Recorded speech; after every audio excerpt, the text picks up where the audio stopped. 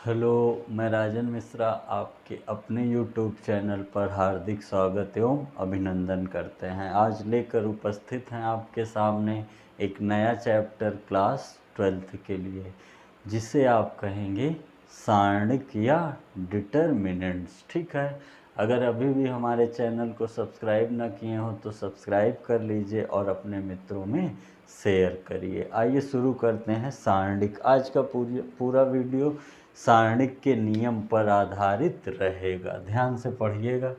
सारणिक सारणिक देखिए, सारणिक आया कहाँ से। जैसे मान लीजिए कि दो समीकरण हैं, ठीक है, दो समीकरण हैं और दो चर हैं। दो समीकरण और उनमें दो चर हैं x और y। इनको हल करने के लिए जो पहला तरीका आप अपनाते हैं वो होता है विस्थापन विधि। विस्थापन विधि। जो दूसरा तरीका अपनाते हैं वो है विलोपन विधि। विलोपन विधि। और जो तीसरा है चक्रीय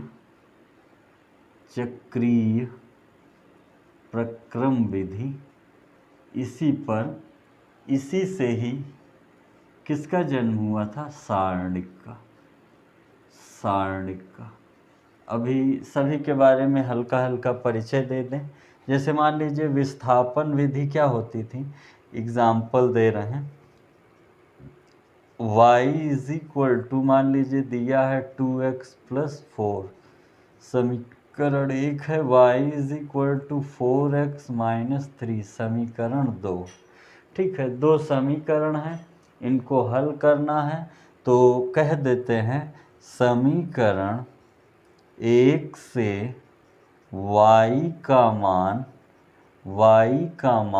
2 में रखने पर और मान रख करके x y का मान निकाल देते थे। अब विलोपन विधि आएंगे तो यही जैसे है, इसी समीकरण को ऐसे लिखेंगे y बराबर 2x + 4। समीकरण 1। y बराबर 4x - 3। समीकरण 2। समीकरण 1 से 2 को घटाने पर, ठीक है, जिसे काटना हो अगर चिन्ह समान है तो घटा देते हैं और अगर चिन्ह असमान है तो जोड़ देते थे। याद होगा, विस्थापन विधि, विलोपन विधि।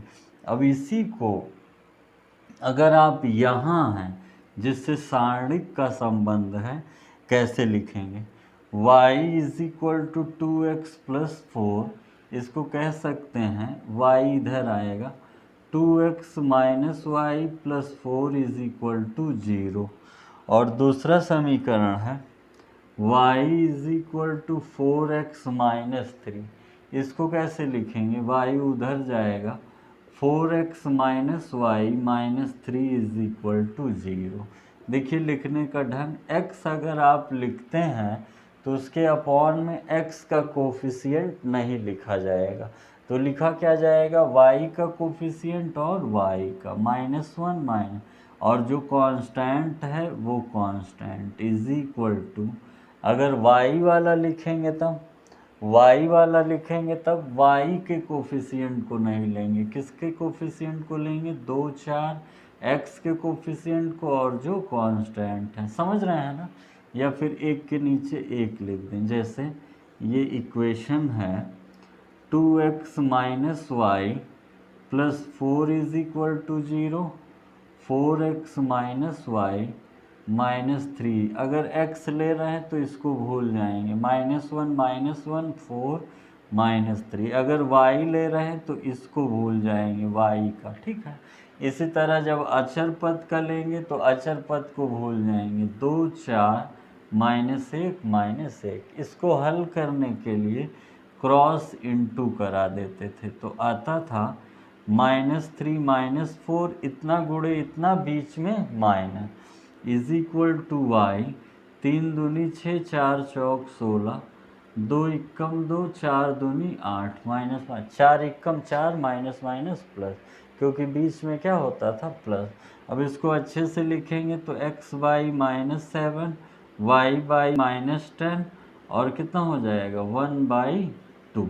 अगर x की वैल्यू चाहिए इन दोनों को ले लीजिए, y की चाहिए इन दोनों को। यही मान यहाँ से आता है, यही मान विलोपन। तो सारणिक का जो जन्म हुआ इस तरह के हल से हुआ। इसमें क्या किया गया, चर का मान ज्ञात किया गया। यहाँ से लेकर के ढेर सारे प्रतिबंधों में सारणिक को बांट दिया गया, बांध दिया गया। तो उन्हीं सब प्रतिबंधों को हम बारी बारी से बोलते हुए बोर्ड पर लिख देंगे और उसका एक एक उदाहरण भी देंगे। आपको क्या करना है, कॉपी पेन ले करके ध्यान से सुनते हुए बातों को लिखते जाना है और याद करना है, ताकि जब एक्सरसाइज कराएं तो आप अच्छे से कर सकें। आइए शुरू करते हैं रूल का सिलसिला। स्क्रीनशॉट ले लिया करिए वीडियो रोक करके। अभी तक बता रहे थे कि ये कैसे प्रारंभ हुआ। सारणिक यानी डिटर्मिनेंट्स की अवधारणा कहाँ से उत्पन्न हुई, डिटर्मिनेंट्स की अवधारणा कहाँ से उत्पन्न हुई, समझिएगा। पहला रूल इसका, यदि किसी सारणिक में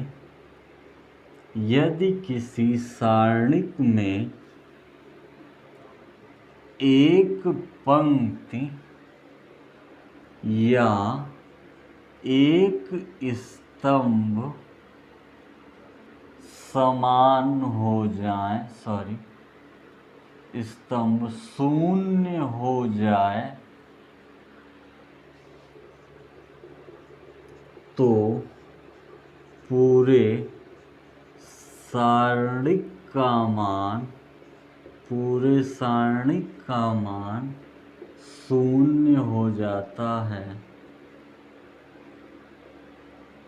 ठीक है, बोलें तब लिख लिया करिए या देख के लिख लिया करिए। कैसे, देखिए, जैसे अब स्तंभ और पंक्ति आप जान गए होंगे, बताए थे आप में, जो ऊर्ध्वाधर होगा, परपेंडिकुलर होगा, वो कॉलम होगा, वो क्या होगा, स्तंभ होगा, और जो हॉरिजेंटल होगा, क्षैतिज होगा, वो पंक्ति होगा। तो 0 0 0 1 2 3 4 5 6, या तो ये आव्यूह का चिन्ह है, आप डिटर्मिनेंट्स में 0 0 0 1 2 3 4 5 6 कहीं पर भी हो, 1 2 3 0 0 0 4 5 6, तो पूरे सारणिक का मान क्या हो जाता है, पूरे सारणिक का मान शून्य हो जाता है। ठीक है भैया। अगला देखिए, यदि किसी सारणिक में दो पंक्ति या दो स्तंभ बराबर हो जाएं,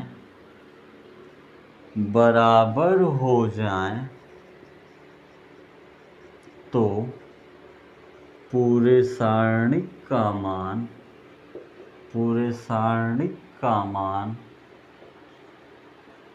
शून्य हो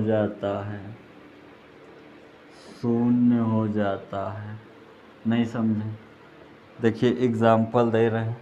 जैसे मान लीजिए 1 2 3 1 2 3 4 5 6, दो स्तंभ बराबर हो गए ना, दो स्तंभ समान हो गए ना। इसी तरह ऐसे भी हो सकता है 1 2 3 1 2 3 4 5 6। ठीक है, अगर दो समान हो गए पंक्ति या स्तंभ, तो पूरे सारणिक का मान क्या हो जाता है, शून्य। ठीक है, जल्दी स्क्रीनशॉट लीजिए या लिख लीजिए, बहुत ही इम्पोर्टेंट है। नेक्स्ट,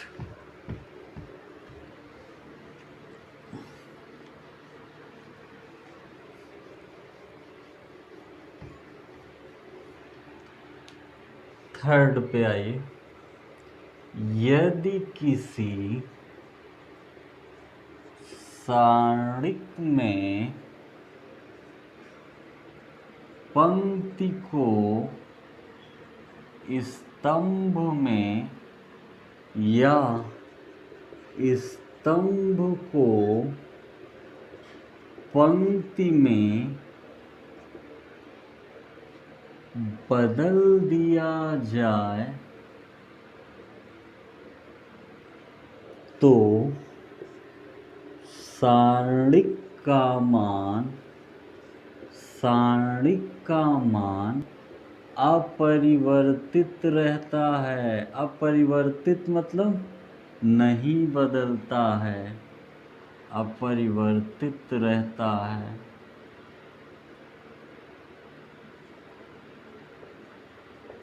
ठीक है, मतलब नहीं बदलता है। कैसे?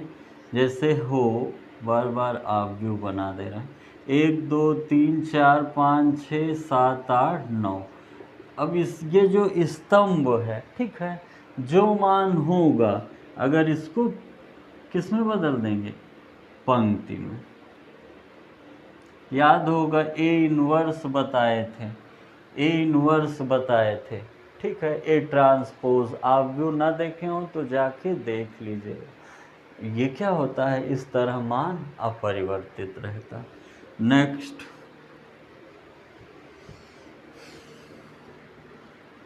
रूल नंबर 4, यदि सारणिक में बाह्य पद का गुणा करें तो वह किसी एक पंक्ति या स्तंभ में गुणा के रूप में जाता है या गुणा होता है। कैसे? जैसे मान लीजिए x है a b c d e f g h i। अब x का गुणा करिए, ax bx cx d e f g h i। समझ गया ना? किसी एक पंक्ति, अब जरूरी नहीं है कि किनारे वाले में ही है, यहाँ पर भी गुणा हो सकता है, या फिर पंक्ति में गुणा हो जाए, ax dx gx bc ef hi। ठीक है, किसी एक पंक्ति या स्तंभ में क्या होता है? गुणा होता है। ठीक है, स्क्रीनशॉट लेते चलिए हर एक रूल का, या लिखते चलिए। लिखते चलेंगे तो ज़्यादा फायदा होगा।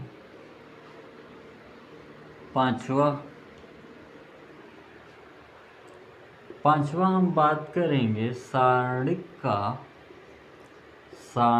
का प्रसार। समझिए कैसे प्रसार होता है। जैसे है x1 y1 z1 a b c d e f। ध्यान दीजिएगा, अब आपके ऊपर है, चाहे ऐसे ढक सकते हैं चाहे ऐसे। सहखंडज निकालना बताए थे उसी तरह, या मॉड ऑफ ए। अगर x1 ढक लेंगे तो ब्रैकेट में क्या आएगा? देखिए ये क्या दिख रहा है? एफ बी माइनस ई सी, एफ बी माइनस ई सी प्लस, फिर यहाँ माइनस। याद करिए जो हम बताए थे आव्यू का माइनस। अब किसको ढक रहे हैं? y1। तो देखिए y1 ढकेंगे तो नीचे का दाएं बाएं का खत्म हो जाएगा। क्या दिख रहा है? ए डी सी एफ, तो F A minus D C, क्या कहेंगे? F A minus D C plus z1, bracket में क्या दिखेगा? ढक लीजिए, E A minus B D, क्या कहेंगे? E A minus B D. ये होता है सारणिक का प्रसार। सत्यापन करते समय या मान ज्ञात करते समय बहुत ही उपयोगी होगा। देख लीजिएगा। अब इसका अगर हम ढांचा बनाएं तो पहले आप ये ढकें x1, तो ये कट गया। फिर आप क्या ढकें? फिर आप ढकें ये y1, तो ऐसे कटा।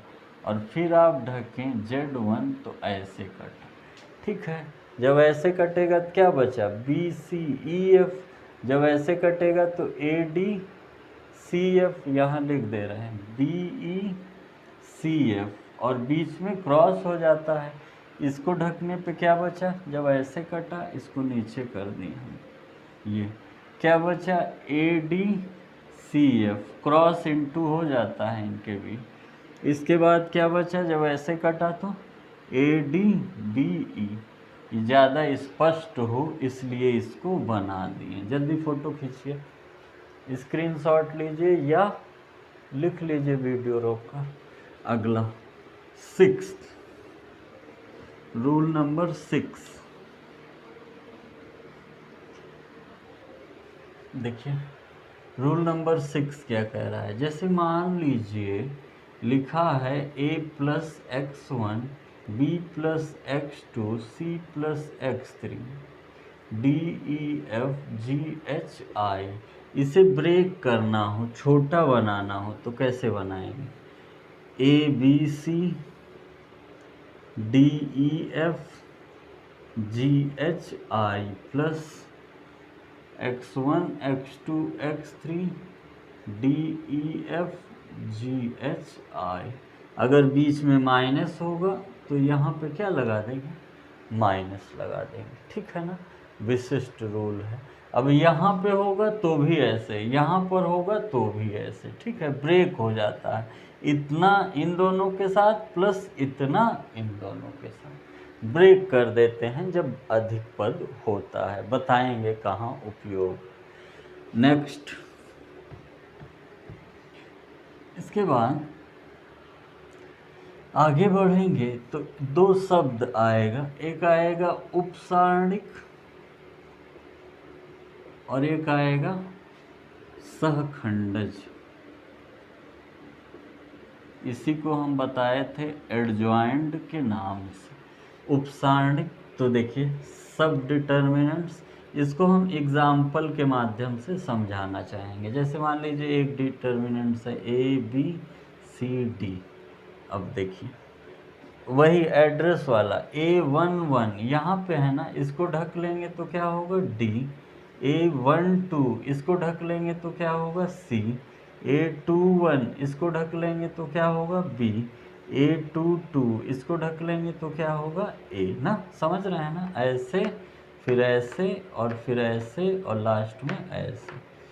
तो इसमें इसी तरह लिख देते हैं, बिना चिन्ह को दर्शाए हुए, बिना चिन्ह को दर्शाए हुए। लेकिन जब इसको लिखेंगे तो चिन्ह ले लेंगे। अब देखिए क्या ले लेंगे, आपको पता है जोड़ने पे कितना आ रहा है, -1 पे घात, जोड़ने पे 1 1 2। अब ए तो रहेगा ही, अब इसमें भी लिख लीजिए ABCD, यहाँ पे है तो क्या होगा D आएगा। A12 -1 पे घात, जोड़ दीजिए 2 1 3। अब और क्या है, ये और ये C आया, माइनस का C। देखिए यहाँ प्लस C आया था, वहाँ -C। बस इसमें क्या ले लेते हैं, इसमें चिन्ह सहित ले लेते हैं। सहखंडज की बात आएगी तो चिन्ह जरूर रहेगा। जहाँ पर रो और कॉलम जोड़ने पर अगर सम आ रहा है तो पॉजिटिव ही रहेगा, और अगर रो और कॉलम R+C करने पे निगेटिव विषम आ रहा है तो क्या हो जाएगा, निगेटिव। A21 -1 पे घात 3। अब देखिए ये और ये गया B -B, यहाँ पे क्या आ रहा था +B, चिन्ह नहीं देखेंगे इसमें। A22 -1 पे 2 2 4, ये और ये गया A।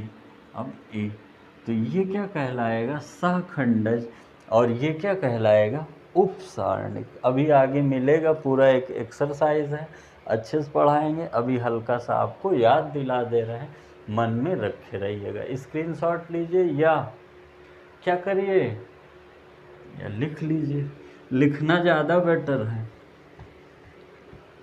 हमारे हिसाब से।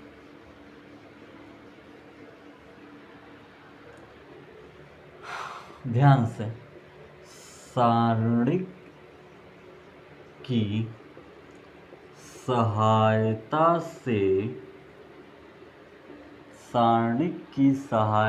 से किसी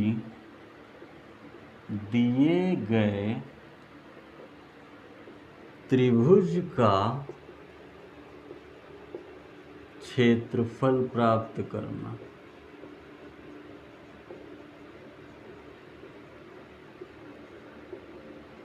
यदि उनके शीर्ष के निर्देशांक दिए गए हों, जैसे ए बी सी है ना, एक दिया हो x1 y1, एक दिया हो x2 y2 और एक दिया हो x3 y3, ठीक है, 3 शीर्ष दिए हों। अब क्या कहेंगे, एरिया इज इक्वल टू 1/2। ध्यान दीजिएगा, पहले वाले में क्या ले लेंगे, x1 x2 x3 भुज वाले, ठीक है।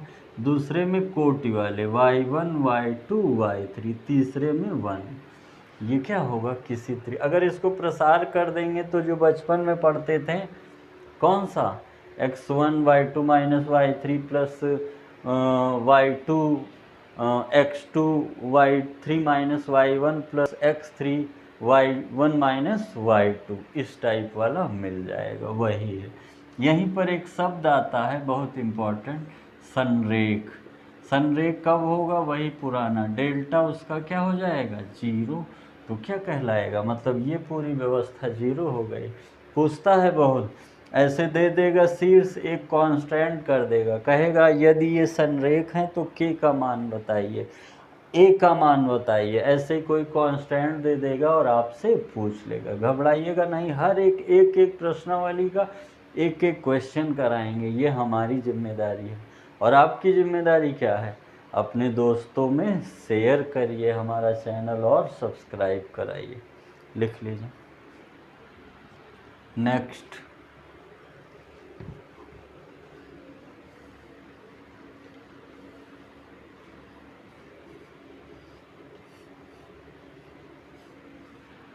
इसके बाद जो मिलेगा, इसके बाद आपका आएगा सारणिक के गुणधर्मों द्वारा सत्यापन। बहुत ही इम्पोर्टेंट, हर वर्ष आता है। क्या करना होगा, एक सारणिक दिया रहेगा, ऐसे दिया रहेगा, आप इनके पदों को रो या कॉलम में जोड़ घटा करके कुछ न कुछ हल करके इनके पदों को कम बना के अंत में प्रसार करके सिद्ध करते हैं। नहीं समझे हमारी बात, पूरी तरह समझ में आएगा जब हम क्वेश्चन बताएंगे। अभी आपको केवल मोटा मोटा हिंट दे रहे हैं, क्योंकि सारा रूल इकट्ठा करा दे रहे हैं। देखिए, जैसे ये होता है R1 R2 R3, ये होता है C1 C2 C3। अब देखिए, एक समय पर केवल 2 प्रतिबंध ही बनाते हैं, 2 प्रतिबंध ही बनाते हैं। प्रतिबंध क्या है अभी बता रहे हैं। और जिसमें से जोड़ा या घटाया जाए उसी में रखते हैं, उसी में रखते हैं। कैसे, देखिए, जैसे मान लीजिए हम एक बार लिए, आप कह दिए C1 माइनस C2 C1 की जगह, C2 माइनस C3 C2 की जगह। एक बार में हो गया और 2 प्रतिबंध रहेगा। आपका मन कहे तो कह सकते हैं R1 माइनस R2 R1 की जगह, R2 माइनस R3 R2 की जगह। आपका मन कह दें C1 C2 C3 किसकी जगह, C1 की जगह। आपका मन कह दीजिए R1 R2 R3 किसकी जगह, R1। कभी भी कुछ भी कह सकते हैं, बाह्य पदों का गुणा भी करा सकते हैं। C1 माइनस C1 की जगह C2 माइनस 5C3 C2 की जगह, मतलब कराएंगे तो सब में कराएंगे। देखिए, जिसमें से कुछ भी घट जुड़ रहा है वहीं पर रखा जा रहा है, और एक समय पर केवल क्या 2 ही प्रतिबंध बनाया जा सकता है। अब आपका मन पूछ रहा होगा कि कैसे प्रतिबंध किस में बना दें, तो इसके लिए भी हम 2 महत्वपूर्ण बात बताएंगे। जो कि मन में बैठा लीजिए एकदम। क्या बताने चल रहे हैं? सदैव ऐसे प्रतिबंध बनाइए, सदैव ऐसे प्रतिबंध बनाइए, दो बातें, कोई ना कोई पद शून्य हो जाए, शून्य हो जाए, या कोई ना कोई पद उभयनिष्ठ हो। नहीं समझ में आया होगा कुछ भी, बिल्कुल मत घबराइए। हम जब क्वेश्चन कराएंगे तो हर एक चीज़ बताएंगे। बस अभी क्या आपको याद करना है कि आप सारणिक का सत्यापन करते समय एक समय पर केवल दो प्रतिबंध लेते हुए जिसमें से जोड़ा या घटाया जाए उसी में रखते हैं। पर इसको सोचते कैसे हैं? आप कभी भी कुछ भी जोड़ घटा सकते हैं, लेकिन आपका प्रसार करने में ही रास्ता क्या हो जाएगा? बड़ा हो जाएगा। तो आपको सोचना क्या है? आपको सोचना ये है कि हम ऐसा काम करें, हम ऐसा प्रतिबंध बनाएं कि हमारा जो सारणिक है उसका मान क्या हो जाए? उसका मान जो है न्यूनतम पदों में हो जाए, ताकि प्रसार करें और तुरंत क्या मिल जाए? आंसर मिल जाए। स्क्रीनशॉट लीजिए या लिख लीजिए, स्क्रीनशॉट लीजिए या लिख लीजिए। नेक्स्ट, बहुत क्वेश्चन कराएंगे इस पर, बिल्कुल घबराइए मत। इसके बाद आगे बढ़ने के क्रम में एक बार फिर से आपको क्या मिलेगा? आव्यूह। क्या मिलेगा? आव्यूह। और उसमें क्या निकालना रहेगा? सहखंडज। ठीक है, एक बार आपको क्या फिर से मिलेगा? आव्यूह। इसीलिए जो पढ़ाए हैं पढ़ लीजिएगा। उसमें दो चीज़ निकालना रहेगा, एक सहखंडज जो कि हम बता चुके हैं, पीछे देख लीजिएगा, फिर से बताएंगे। ऐसा नहीं है कि बता चुके हैं अब नहीं बताएंगे। फिर मिलेगा प्रतिलोम, लेकिन ये प्रतिलोम दूसरे टाइप का रहेगा। किसके विधि से? आव्यूह विधि से। ए इनवर्स प्रारंभिक संक्रिया से पढ़ाए थे, शायद आज सुबह ही मिला होगा, नहीं कल मिला होगा। ए इनवर्स बराबर एडजॉइंड ए अपॉन मॉड ऑफ ए। अब इस रूल पर एडजॉइंड ए यही सहखंडज है, सीखे रहेंगे। मॉड क्या है? सारणिक का प्रसार है, सब बताए हैं। तो आव्यूह एक बार पुनः आपसे परिचित होगा। सहखंडज में आपको बस इतना याद रखना है क्या, कि इसका जो पता है A11, A12, A13, A21, A22, A23, हमने बताया था पहले रो लिखा जाता है और फिर कॉलम। A31, A32, A33। और इसका चिन्ह अगर देखना हो तो plus minus plus minus plus minus plus minus plus, ये होता है। इसके बाद जब आगे बढ़ेंगे तो आएगा दिए गए चर x, y, z तीन रहेंगे का मान ज्ञात करना रहेगा। फिर दो विधि आ जाएगी, एक आ जाएगी आव्यूह विधि, आव्यूह विधि, दूसरी आ जाएगी क्रेमर विधि। कुछ बच्चे कह रहे थे क्रेमर विधि हटा दी गई है, तो आपको ये नहीं देखना क्या हटाया है, आपको सब पढ़ना है जिम्मेदारी से। ठीक है, आपको सब पढ़ना है। तो क्या पढ़ाएंगे? आव्यूह का फिर से मुलाकात हो जाएगी और ये मिलेगा, ये आव्यूह विधि, क्रेमर विधि। आव्यूह विधि बताएंगे, इसमें होता है तीन मतलब चरों को तीन बॉक्स में रख लेते हैं। एक को ए कहते हैं, एक्स कहते हैं, बी। एक्स बराबर बी बाई ए, एक्स बराबर A inverse into B, X बराबर ए इनवर्स इंटू बी, ये होता है। ठीक है ना? क्रेमर विधि, इसमें देखिए ए इनवर्स निकालेंगे तो सहखंडज थोड़ा बड़ी प्रक्रिया है। क्रेमर जी बहुत आसान कर दिए इसको। क्रेमर जी में ये याद कर लीजिएगा, mod of d x by mod of d y बराबर mod of d y by mod of d z बराबर mod of d z by mod of d. अब आप सोच रहे होंगे ये डी एक्स डी वाई क्या है, तो सस्पेंस बनाए रहिए, हम पढ़ाएंगे, बिल्कुल हर एक बात आ जाएगी। तो यहाँ पर रूल समाप्त होता है। आपको करना क्या है, मन से पूरे नियम को एक कॉपी पर लिख लेना है और बार बार तैयार करना है, ठीक है, याद करना है, समझना है। कोई दिक्कत हो कमेंट बॉक्स में बताइएगा, या जो हमारा व्हाट्सएप ग्रुप है उस पर जुड़ करके भी अपनी समस्या बता सकते हैं, ठीक है। हर एक चीज़ पूरी जिम्मेदारी से पढ़ाई जाएगी। आपकी जिम्मेदारी क्या है, ढेरों मित्रों को शेयर करके हमारा चैनल सब्सक्राइब कराइए, ताकि हमारा भी प्रोत्साहन होता रहे। बहुत बहुत धन्यवाद।